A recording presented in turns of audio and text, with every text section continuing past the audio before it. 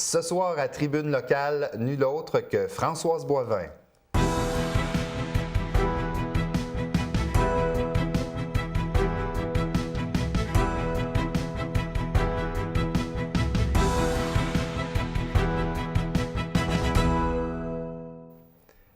Bonsoir, mesdames et messieurs. Bienvenue à Tribune locale. Comme je le vous disais dans l'intro, notre invitée cette semaine, Françoise Boivin. Bonsoir, Françoise. Salut, Martin. Bienvenue à l'émission. Hey, ça me fait super plaisir. Moi aussi. On se connaît, ouais. Donc on va se tutoyer aujourd'hui. Bien, j'espère bien. Alors, chaque fois qu'on a une occasion de faire quelque chose ensemble, ça me fait toujours plaisir. Moi aussi. Et une première question. Comment ça va, Françoise Boivin? Ça va très bien. Sérieusement, là, je pourrais dire, j'ai eu comme une épiphanie, il y a peut-être un mois et quelques, où je me suis réveillée, j'étais en Floride. C'est difficile de ne pas être de bonne humeur en Floride, là, quand il fait 31 degrés puis tu étais sur un terrain de golf. Mais j'étais avec une gang de chums, puis je les ai regardés, puis j'ai dit « Wow, je me sens vraiment, vraiment bien. » Pour la première fois de ma vie, puis là, je le sentais. Je me sentais comme si je possédais mon temps. Je ne sais pas si c'est clair, là, ce que je dis. Là, mais je sais que tu es une personne qui bouge tellement. Tu étais tout le temps partout, dans Gatineau, tout ça. Et puis là, probablement que de prendre un temps d'arrêt, d'être bien puis au soleil. Puis un vrai temps, parce que des temps d'arrêt, je m'évertuais à en prendre régulièrement parce que ma mère, elle me disait toujours « Garde, mais il ne faut pas que tu meurs jeune comme ton père, là, qui s'est tué à l'ouvrage. » Alors, ça me restait toujours dans la tête, mais ce que j'ai réalisé, c'est que c'était une pause différente. Autrement dit, j'étais pas. Les années passées, là, j'étais en vacances, mettons, mais j'avais le nez braqué sur mon téléphone cellulaire. Je checkais tout, je m'assurais d'être au courant de tout, être à l'affût des nouvelles, à la dernière seconde, en avance du monde, répondre à mes gens rapidement, me sentir mal si quelqu'un me disait « Hey, ça fait 2 jours, puis ça t'a pris 2 jours à me répondre, me sentir coupable de ça. » Là, c'était comme, sur le terrain de golf, le téléphone fermé, mes chums me regardaient, puis ils me reconnaissaient pas. Puis sur le coup, je pense que j'en avais besoin pour la fatigue accumulée à travers toutes les années, parce que, tu sais, avant en politique, il y avait aussi le droit, la pratique, mais la pratique en même temps que je faisais de la radio, de la pratique en même temps que je faisais de la TV. Alors, c'était toujours, tu sais, des doubles horaires constants, go. Là, c'était comme... Wow! Puis sais-tu quoi? J'ai vraiment commencé à prendre goût à ça, à pouvoir penser à moi, de faire des choses que j'aime. J'ai toujours fait des choses que j'aimais, mais je le faisais pour les autres. Là, je le fais vraiment, vraiment pour moi. Là, j'ai une question pour toi. Je veux savoir par quoi tu veux qu'on commence? Des sujets un peu en rafale drôle ou t'aimes mieux aller... C'est moi le boss? C'est toi le boss, tu décides. Bon, ben je vais commencer par quelque chose de le fun. Je veux savoir, c'est quoi l'histoire, la fameuse histoire d'une contravention que tu aurais reçue après des funérailles? Bien, regarde, c'est la semaine dernière, ça va tellement vite, la vie, que des fois, je ne me souviens pas. En tout cas, il y a une semaine ou deux, c'est les funérailles de l'avocat François Hamon. Okay. Et puis, François Hamon, c'est un bâtonnier dans le district. Alors, par respect, je me dis, regarde, même si on n'était pas nécessairement des proches collègues, qu'on n'a pas pratiqué ensemble, je pense que ça fait partie de nos mœurs que d'aller au service et puis c'est tout. C'est à Notre-Dame de la Guadeloupe. Ceux qui connaissent un peu la région, c'est dans le secteur Hall. Moi, c'est mon église où j'ai grandi. Quand j'étais jeune, j'ai demeuré sur la rue Saint-Onge, d'ailleurs, pendant un certain temps. Et puis, c'était l'église où mes parents nous traînaient là, à tous les dimanches quand j'étais tout petite. Le temps qu'on allait à la messe, ça sera pour une autre histoire. Mais ceci étant dit, alors j'arrive pas à la dernière minute, je vois plein, il n'y a pas de stationnement là-bas. Tu as l'église, tu as l'école Parc de la Montagne, je ne sais pas si ça s'appelle encore de même, qui est juste en face de l'église. C'est un immense terrain et tu as tout le quadrilatère, là, Notre-Dame de la Guadeloupe, Saint-Onge, puis les autres rues, je ne me rappelle pas de leur nom.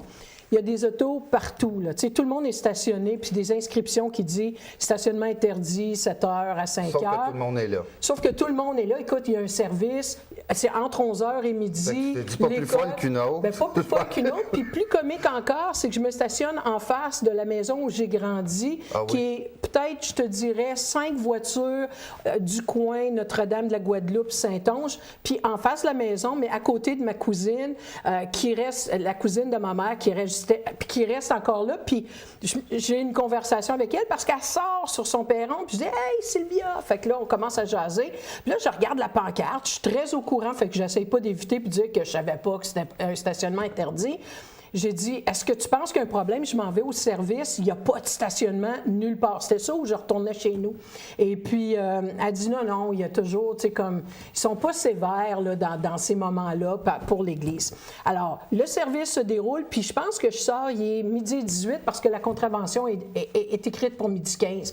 Et j'arrive, et je vois 3 voitures au début de la ligne qui n'ont pas de contravention. Puis à partir de la 4e, puis moi, je suis la 5e voiture, la 4e, 5e voiture, et la suite, on a tous des contraventions. Fait que là, moi, smart comme je suis, tu sais, parce que je suis un peu... je suis pas bête, là, mais tu sais, moi, les injustices, si on est pour avoir des contraventions, je veux qu'on en ait tous. Si on n'est pas pour avoir de contraventions, bien qu'on en ait tous pas de contravention pour le même concept. Mais là, je vois 3 chars qui n'en ont pas, puis toute la lignée par la suite qui en ont. Fait que là, tu as appelé la police pour en faire donner aux autres. Non. Pas du tout. Moi, je me dis, garde, comme défense, d'une part, il y a l'argument du service funéraire. Il me semble qu'il devrait y avoir un degré de tolérance. C'est pas la première fois que je vois un service, puis tout le monde est stationné, puis personne n'a jamais de contravention. Alors, je prends mon téléphone, puis je prends une photo de la lignée, mais ceux avec contravention, puis l'autre groupe qui n'en a pas de contravention, en me disant, bien, si je décide que je conteste la contravention, j'aurai 2 points à faire valoir. Pas donné à tout le monde. Puis que c'est pas la justice qui était implantée de la même façon pour tout le monde. Fait que c'est un argument. Parce qu'eux autres, il y en a qui ont été... Il y en a qui voyaient sortir de l'église. Martin, c'était une vraie farce. Parce que pendant que je prends les photos, il y a le policier qui est dans un char pas marqué, ou l'agent de la paix. J'ai l'impression que c'était plus un agent de la paix qu'un policier de la ville, qui est sorti de sa voiture puis il dit « C'est parce que je suis pas rendu là encore, madame. » Mais j'ai dit là, ça veut dire... Fait que là, j'ai commencé à parler de l'argument de tolérance, puis j'ai dit « En plus, ces gens-là, ça veut dire le service vient de se terminer. » Ils vont sauter dans leur voiture, vont partir, puis vont avoir été chanceux. Fait qu'il a levé comme les épaules, tu sais, qu'est-ce que je te dise? Puis je dis, il me semble qu'il devrait y avoir une tolérance. Il y a une zone scolaire, j'en conviens, mais la rue Saint-Onge, j'allais faire un tour, là, il n'y a pas de banc de neige, là, parce qu'il n'y avait pas eu de grosses bordées de neige. C'est très vaste. Il y avait des voitures des 2 côtés de la rue. La voiture du policier s'est promenée entre les 2, puis elle arrêtait pour donner ses tickets. En tout cas, moi, j'ai juste trouvé que du côté humain, il manquait un petit quelque chose. Puis là, je me disais, regarde, moi, c'est correct, là, mais quelqu'un de la famille, de la parenté, tu sais, la parenté n'est pas toujours collée. Ouais, ça. Elle arrive déjà ici. tellement peiné en sortant de... Exactement. Si on peut donner des fois un peu de latitude pendant les heures de lunch, dans les sections, pour aider les commerces, bien, il me semble que dans un moment qui est difficile au niveau... parce que la prochaine fois, bien, qu'est-ce que tu vas faire? Tu vas dire, bien, je paye-tu 53$, puis too bad, ou bien je m'en retourne chez nous, puis j'aurai une bonne pensée pour l'ami, puis je lui dirai bye-bye, drette de même, là, tu sais. Finalement, l'as-tu contesté ou tu je viens juste de la recevoir. Là. Okay. Fait que j'ai pas pris de décision encore. Fait que ça se pourrait. On verra. Tu sais, on verra. Premièrement, si j'ai le temps d'aller passer du temps là. Je pense que ça a bien tombé dans le sens que quand j'écris les médias sociaux, ils ont ça de bon, que des fois, parce que des fois, tu vas aller à la cour, tu vas te faire reconnaître coupable de toute façon, que tu vas payer à contravention, mais c'est pour aller faire valoir. J'avais le goût de faire ce que les gens disent souvent. Je vais aller plaider coupable avec explication. Tu sais, fait que tu dis, OK, oui, j'ai stationné, mais voici la situation, tu peux aller faire ça. Mais moi, maintenant, on peut le faire par les médias sociaux, puis j'ai jamais vu autant de réactions se soulever. Aux nouvelles. Puis après ça, effectivement, j'avais une station de radio qui m'a appelé pour me dire, hey, tu nous parlerais-tu demain matin? En sachant fort bien qu'ils peuvent dire, regarde, oui, je suis avocate, je connais les lois, je suis toute consciente de tout ça. Oui, je me suis stationnée volontairement, mais en ayant vraiment analysé la situation, pas me disant, ben regarde, je pense, sincèrement, je pensais qu'il y avait une tolérance. Et tu sais, la zone scolaire, là, entre 11h et midi, il n'y a pas d'autobus qui viennent chercher les petits à 11h ou à midi. Il n'y a pas rien qui se passe entre tôt le matin puis plus tard. Puis c'est pour ça que les services ne se font pas à 4h de l'après-midi d'ailleurs, mais plutôt vers l'heure 10h et midi. Fait que tu sais, s'il avait réfléchi, puis j'ai été fine parce que sur le coup, là, quand je suis arrivée à la maison, tu me connais, Martin. Ça aurait pu être... J'aurais pu écrire quelque chose, mais heureusement, petit truc pour tout le monde, on ne sait jamais comment est-ce que ça va revirer dans la vie. Des fois, tu es bien mieux de penser à ce que tu écris. Fait que j'ai pas mis le nom du de l'agent de la paix, j'ai pas mis son matricule, mais j'avais envie de dire, garde chum, Quand le jugement là, a été inventé, il t'a pas frappé toi, c'est certain. Alors, en tout cas, c'était juste pour dire aux gens, faites attention en même temps. C'est une façon d'informer en même temps. Puis bonne leçon pour moi, pour l'avenir. Et d'ailleurs, on l'a invité. Non, c'est pas vrai. Je suis prête à débattre avec lui. T'avais-tu un quota cette journée-là, chum? Françoise, un autre sujet, il faut absolument que tu nous racontes ça parce que c'était vraiment drôle. Parce que tantôt, tu parlais, tu as fait de la radio, tu as fait de la télé et je trouve ça tellement drôle à chaque fois que tu me le racontes, l'histoire à propos des extraterrestres. Oh God. Quand tu avais animé une émission, un sujet qui t'avait été proposé par quelqu'un qui t'apprécie beaucoup. La personne qui m'interviewe en ce moment. C'est ça. Alors, comme dirait dans les Golden Girls, la vieille Sophia, picture this. Ouais. Alors, à chaque semaine, on avait des nouveaux sujets, puis bon, let's go, on avait un invité. Ça, je pense que c'était dans le cadre de l'émission Dossier Boivin. Oui. Et puis, une bonne semaine, tu me contactes et tu me dis « Hey, j'ai un sujet d'émission extraordinaire pour toi, pas mal le fun, le gars est passionnant, il est plein d'informations, puis c'est un sujet qui intéresse beaucoup de gens, les ovnis. » Mais lui avoir parlé, il était très volubile. Tout à fait. Oui. Alors, toi, tu as ça dans ta tête, tu me suggères, tu me le pitches comme tu me fais la pitch, puis je dis « Hey, super! » Je veux dire, ça va être intéressant, puis c'est vrai qu'il y a plein de gens, moi je suis une maniaque de X-Files, de plein d'émissions comme ça. Fait que je me suis dit, m'apprendre en même temps. Puis ça, c'est quelque chose que j'aime toujours, moi, avec les communications. C'est pas juste de parler, c'est d'apprendre quelque chose. Il y a toujours quelque chose que tu peux, dire, ah, wow, aujourd'hui, là, quelqu'un m'a fait voir quelque chose de différent. Alors, moi, je vois ça de même. Heureusement, je me prépare d'avance parce que je veux pas avoir de l'air dommée non plus, parce que c'est quand même 1 heure, cette émission-là. Oui. C'est pas 15 minutes, puis on passe à autre chose, où là, tu peux parler les yeux fermés. Fait que, tu sais, moi, je m'en vais lire sur leur site, je prends des sujets, je commence à penser à mes questions, puis le kit. Puis là, on arrive, le gars jase pendant, il a de l'air un petit peu nerveux, mais ça, c'est normal. Je trouvais que ça faisait partie de ma job, d'ailleurs, d'animatrice, de les mettre à l'aise dans les 5 premières minutes pour qu'ils réalisent que, regarde, je suis pas ici pour t'arracher la tête, je veux apprendre, je veux connaître ton sujet, puis tout ça. Et là, on commence l'émission, et là, la première question que je lui pose, c'est « Parle-nous de ton organisation. » Et le gars de me répondre « Non, je peux pas, tout est secret. » Et là, je me dis, fudge. Je me dis pire que ça, mais mettons qu'on est à TV, puis il n'y a pas de bip, bip. Dans ma tête, je me dis, Martin, mon mot t'a dit, toi, dans quoi tu m'as embarqué? Tu sais, puis je regarde littéralement la caméra, puis si tu as regardé l'émission, Martin, tu as dû voir, tu sais, l'expression anglaise, if looks could kill, bien, je te transperçais direct, là, parce que sérieusement. À travers les murs. Oh my God! Et là, j'étais là, mais je vois, ça là. Je m'en sers comme exemple quand je donne des conférences, des choses comme ça, puis on parle de communication. Puis ce qui m'a sauvée, c'est probablement d'avoir fait tout le travail de préparation, parce que finalement, j'y mettais les mots dans la bouche. Là, je prenais son propre site Internet. Je disais, bien, regarde, décris-moi telle chose. Bien, je peux pas. Bien, regarde, ton site dit que là, tranquille. Hey, mais c'était tellement épuisant. Quand j'ai fini cette émission-là, je me suis dit, je vais toujours continuer à bien préparer mes choses au cas où que je tombe sur un autre domaine. Puis en même temps, ce que j'ai pris comme habitude, c'est de parler à ces gens-là. Là, je comprenais pourquoi un gars comme Bruno Genet, qui est un des recherchistes, le recherchiste de Denis Lévesque, appelle, puis des fois, on avait la discussion, puis je disais tout le temps, je veux pas parler, je suis pas reparler avec Denis, je veux pas tout le faire avec toi. Il me semble que je radote après, mais j'ai compris que lui, c'était pour voir tester le niveau de connaissance sur le dossier, d'interaction, d'intérêt, etc. Et j'ai trouvé que c'était une belle habitude à prendre, à moins que tu connaisses très bien ton invité. Là, c'est parfait, tu sais, il a fait ça surtout au début, mais quand même, juste pour tester des fois le niveau de compréhension. Mais ça, là, dans toutes les entrevues que j'ai pu avoir à faire, c'était probablement la pire. Sentir qu'il faut que tu tires tout. Alors, j'étais longtemps, tu sais, tu avais ta photo privilégiée dans ma maison avec le jeu d'or. Puis j'étais là, merci Martin. Fait que quand tu pitchais des idées, quand tu étais avec le témoin, à vous, là, j'ai dit, on va explique. Ça va être qui les invités? Pas M. OVNI, j'espère. Françoise, le temps de te remettre de ce tour d'OVNI, on fait une petite pause, on revient dans quelques instants. Excellent.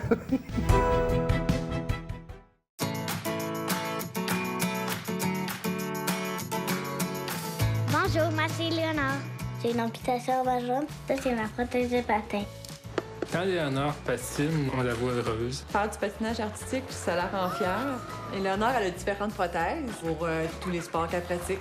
C'est une petite fille très active. Toutes les activités à côté qu'elle peut faire, c'est grâce aux amputés de guerre.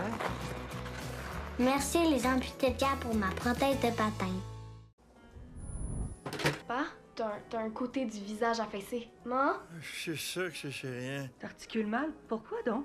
Chérie, lève tes bras en l'air pour moi. Papa, est-ce que ça va? Valérie, appelle le 911.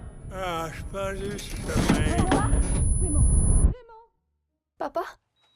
Comment vous vous sentez? Bien. Vous avez subi un AVC, mais comme vous êtes arrivé vite, votre rétablissement va être rapide.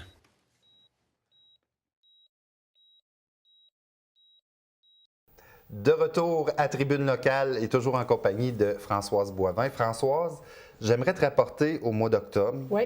Il y a eu les élections, il y a eu la campagne électorale. Pendant que tu faisais ta campagne électorale, c'était quoi ton impression? Est-ce que tu sentais l'appui de la population? Je te dirais qu'il y a eu comme deux moments particuliers. Au début, là, quand ça s'est déclenché au début août, on savait que c'était une longue campagne électorale pour culminer jusqu'au 19 octobre. Je sentais cet appui. Écoute, moi, j'étais une fille bien impliquée, qui allait dans plein de choses, qui rencontrait des gens constamment, qui faisait plein de rencontres de cuisine. J'allais partout, dans toutes les genres de sphères, jeunes, vieux, moins vieux, en tout cas, name it. Alors, l'interaction, là, c'était phénoménal. Tu dirais à la personne qui m'accompagnait dans mes activités, qu'est-ce que tu penses? Tu sentais cette... Puis ça m'a fait du bien. Puis je dis pas que j'ai été trahie par tout ce monde-là, là, pas du tout. Parce que j'ai quand même eu 15 000 personnes qui se sont mis derrière moi. Puis en 2004, ça avait été presque suffisant pour gagner une élection. Alors, je sentais cet amour-là. Par contre, je me rappelle pas de la date précise, là, mais quelque temps, au mois de septembre, quand l'histoire du niqab est sortie, on a senti un shift. En ce sens que je n'ai pas senti que les gens m'aimaient moins, mais j'ai eu à traiter de tellement... Tous les jours, j'avais des messages sur mon Facebook. Les gens, vous avez juste à aller voir mon historique, aller voir dans ces périodes-là. Mais là, tu veux dire des messages sur le niqab? Oui, de gens qui me disaient « J'aime pas la position de ton chef, je t'aime beaucoup, mais je commence à reconsidérer... » Puis là, je prenais mon temps à expliquer. J'ai jamais... Parce que moi, je suis une fille qui aime expliquer. Je veux que les gens comprennent. Alors, je comprenais. Je trouvais que la façon que le parti s'exprimait sur le sujet manquait peut-être de sensibilité par rapport à la préoccupation des gens, à tort ou à raison. Je dis toujours aux gens que, tu sais, que quelque chose soit tout croche, un commentaire... Il est quand même là. Il faut que tu l'adresses, il faut que tu fasses quelque chose par rapport à ça. Tu peux pas juste dire, ben voyons donc, c'est niaiseux de penser ça, on passe à autre chose. Il faut que tu dises aux gens, regarde, je comprends ta préoccupation. Tu te rappelleras quand on faisait la TV, Roger Blanchette et moi, il y avait à ce moment-là, un canular qui circulait que les réfugiés recevaient plus d'argent que les pensionnés. Pourquoi? Parce qu'il y avait eu un article erroné dans le Toronto Star qui avait mis mensuellement au lieu d'un montant annuel la première fois. Alors, les gens se disaient, aïe, aïe, ces gens-là reçoivent 2000 quelques piastres par mois, c'est bien plus que les personnes âgées, c'est épouvantable. On avait tout corrigé. Le Toronto Star a corrigé le lendemain, trop tard. Depuis ce temps-là, ça fait peut-être presque 10 ans que ce canular-là circule et ressort tout le temps dans des temps où on veut jouer contre les réfugiés, contre les immigrants, etc., etc. Alors moi, je vais m'expliquer, je donne la source, tu sais, en tout cas. Alors, j'ai fait ça, mais on a senti d'une campagne qui était... extraordinairement positive, où je me sentais là, emportée par les gens qui aimaient le travail que j'avais fait. Partout, hey, j'allais au dépanneur, j'allais au supermarché, n'importe où mettre de l'essence. Les gens, c'est « Hey, bravo, Mme Boivin, on aime vraiment votre travail, puis le kit. » Alors, te dire que je m'attendais, j'ai pas rien pris. Mes adversaires disaient « Ah, oh, prends ça pour acquis, puis parce que j'avais dit que ça prendrait... il faudrait qu'il se réveille de bonne heure pour me planter. » C'était pas de le prendre pour acquis, c'était de dire, regarde, si les gens t'évaluent, parce que moi, une élection, ça devrait être une évaluation, qu'est-ce qu'elle avait promis, qu'est-ce qu'elle avait dit qu'elle ferait, puis est-ce qu'elle le fait, puis est-ce que j'aime ce qu'elle nous propose, puis est-ce que les autres, je les aime mieux, ce qu'ils proposent, est-ce que j'aime mieux le personne. Si j'avais un trouble dans un dossier fédéral, qui est-ce que j'aimerais le plus pour défendre mes dossiers, puis je me sentais raisonnablement confiante à cause du travail fait, puis de la façon que je m'étais comportée pendant 4 ans. Alors, c'était une claque absolument incroyable parce que j'ai réalisé que les personnes ne pèsent pas beaucoup dans la balance. C'est vraiment les partis, c'est les chefs, et ça, c'est pas mon genre de politique. La journée même des élections, tu suivais l'émission de soirée qui dévoilait les résultats. À ce moment-là, est-ce que tu le croyais que tu pouvais rentrer? Non. Tu ne croyais plus? Bien, je le croyais au début, jusqu'au temps où l'émission a commencé, puis qu'on a vu l'Atlantique. Parce que moi, j'ai des collègues en Atlantique. Jack Harris, qui est un gars de Terre-Neuve, ultra connu. Tu sais, dans la dernière élection en 2011, lui, Libby Davis, Yvon Godin et moi, on avait eu les meilleurs résultats à travers tout le pays pour le NPD. Et de voir un Jack Harris, tu sais, même quand on sentait que les chiffres tombaient puis que les libéraux prenaient de l'ampleur avec Trudeau, on sentait quand même que nos châteaux forts, Peter Stauffer, le comté d'Yvon Godin, même si c'était plus Yvon, c'était un autre Godin qui était là, les chiffres, tous les sondages, que ce soit le 308, les sites de prédiction nous mettaient, on a vu qu'on, chaque semaine, ma directrice de campagne me disait, il faut que ça arrête un jour, là, parce qu'on a commencé, on était garanti à 100% dans ces comtés-là. Là, un moment donné, ça tombait à 95, après ça, 90, puis ça, c'était juste dans le temps du NICAP, puis tous les débats. Puis là, il y a eu des débats. Puis là, les gens, c'est comme s'ils analysaient la position de Tom sur le NICAP vis-à-vis ses performances de debater, et ainsi de suite. Puis moi, je pense qu'ils l'ont tellement encadré, Tom, puis je disais toujours ça, il ne faut pas faire ça avec nos gens politiques, il faut les laisser un peu lousses. Oui, on va peut-être faire des erreurs. Oui, des fois, on va peut-être dire des phrases qu'il va falloir expliquer le lendemain, etc. Mais quand tu essaies de changer l'image d'une personne, premièrement, ça ne donne pas confiance à ceux qui regardent parce qu'ils disent, si tu te sens si obligé de changer une image, moi, j'ai tout le temps à Tom parce qu'il y a bien des gens qui disaient, ah, tu as tout le temps de l'air fâché. Big deal! J'étais fâché, moi, d'avoir Stephen Harper d'en face pendant 4 ans. Je trouvais ça épouvantable, j'étais plus capable. Ouais. Alors, je disais tout le temps à Tom, sois enragé, mordigras. On m'a dit mordigras, je dirais pas que ça, là.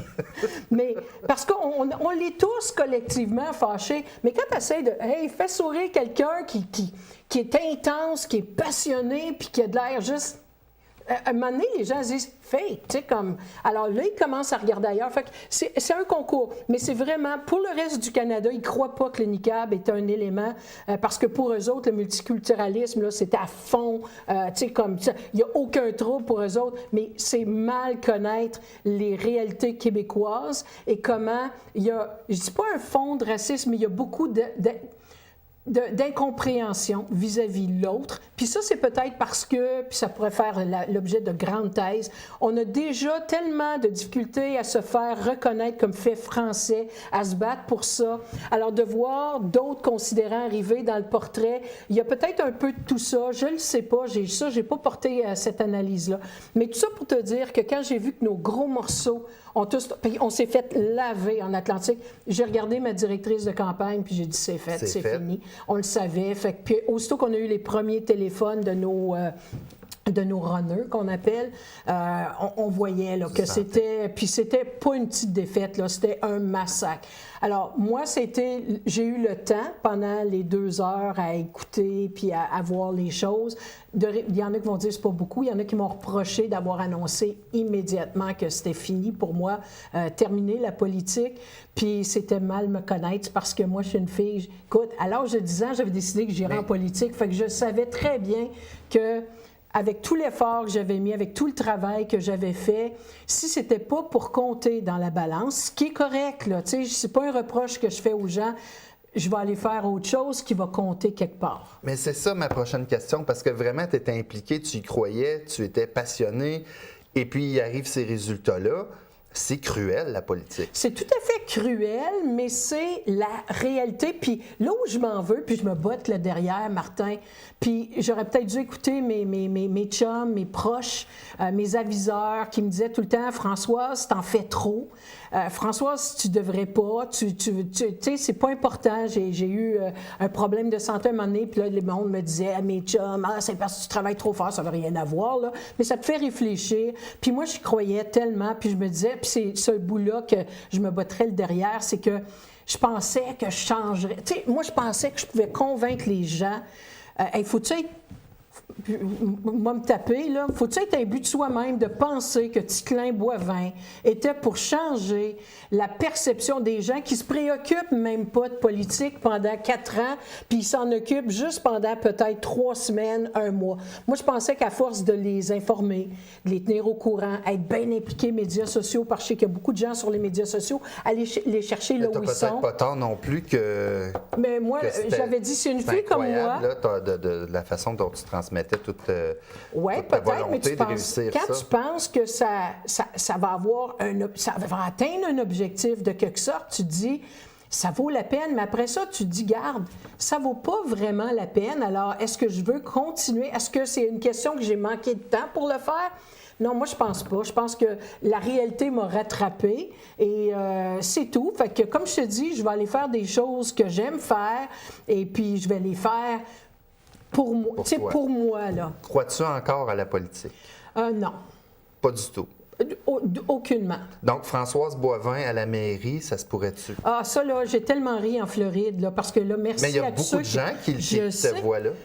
Mais tu sais, ça, c'est comme les journalistes. Je dirais pas qui, un moment donné, m'avait dit, il y a 4-5 ans, je te verrai à la mairie de Gatineau. Puis j'avais dit, écoute, chose, là, pour pas le nommer, j'ai dit ça, tu me dis ça maintenant, puis la journée que j'annoncerai, là, vous allez tous vous mettre collectivement à me taper sur la tête. Trouver des bébites. À trouver les bébites. Puis quand tu vois ce qui s'est passé dans les élections, que c'est un sujet aussi, je dirais pas anodin, mais quand tu réalises que le niqab, là, ça concernait 2 madames, puis que ça avait été fabriqué de toutes pièces par les conservateurs puis pour que ça a possiblement changé. Puis que ça l'a changé, puis que ça a défait 4 ans de travail. Est-ce que tu penses sérieusement, Martin, que j'ai confiance d'aller mettre mon futur, l'énergie entre les mains de quelque chose qui peut switcher aussi sur un 25 cents. Prends la dernière élection en 2000, je ne sais plus trop quoi, pour la municipalité, pour la ville. Oui. Monsieur Bureau, là, Marc Bureau, il était en avance. Ça a pris une histoire, le Rapibus, à 1 semaine du scrutin pour swinger. Alors souvent, ils disent, c'est pas que tu gagnes des élections, c'est que tu perds des élections. Je veux plus, moi, je suis une fille qui aime trop être en contrôle de sa propre destinée, qui aime trop pour ça, là, hey, je l'ai fait 10 ans, j'ai été élue 2 fois, j'ai fait ce que je voulais faire. La justice, c'était probablement le dossier que j'ai trouvé le plus intéressant à traiter. Ça, je vais toujours dire merci à Tom Mulcair pour ça, de m'avoir fait confiance, de m'avoir nommé porte-parole à la justice comme avocate. C'était extraordinaire. J'aurais voulu pouvoir faire beaucoup plus dans le domaine, mais on peut le faire de d'autres façons. Mais ça ne sera plus à travers la politique. Françoise, il nous reste 1 minute. J'ai 2 questions que je veux absolument te demander. Fais-tu encore partie du NPD? Bien, je suis encore ma carte de membre dans le sens qu'elle est encore en vigueur. Je ne l'ai pas déchirée. C'est pas mon style, non. là. Mais est-ce que j'ai un intérêt... des confettis. Est-ce que j'ai un intérêt de jouer la vie... Non, je vais laisser ça à d'autres de faire ce travail-là. Moi, j'ai perdu un peu le feu sacré, le fait qu'il n'y a pas eu beaucoup de contacts pour écouter ce qu'on avait à dire pendant la campagne électorale, parce que tout ce qui s'est passé, on leur a dit. Il n'y a pas eu d'écoute. Il reste 20 secondes. Oui. Tu fais quoi maintenant? Là, il y aura dans les prochains jours certainement des choses intéressantes que je ne peux pas vous dire maintenant, mais je vais aller le plus près, c'est-à-dire que ça va rester dans mes cordes communicatrice et vous ne serez pas surpris de voir ce que je vais faire dans les prochaines semaines. Françoise Boivin, merci pour tout. Merci infiniment d'être passée ici. Je te souhaite une belle soirée. Merci. Bien, pareillement. Au revoir, merci. mesdames, messieurs.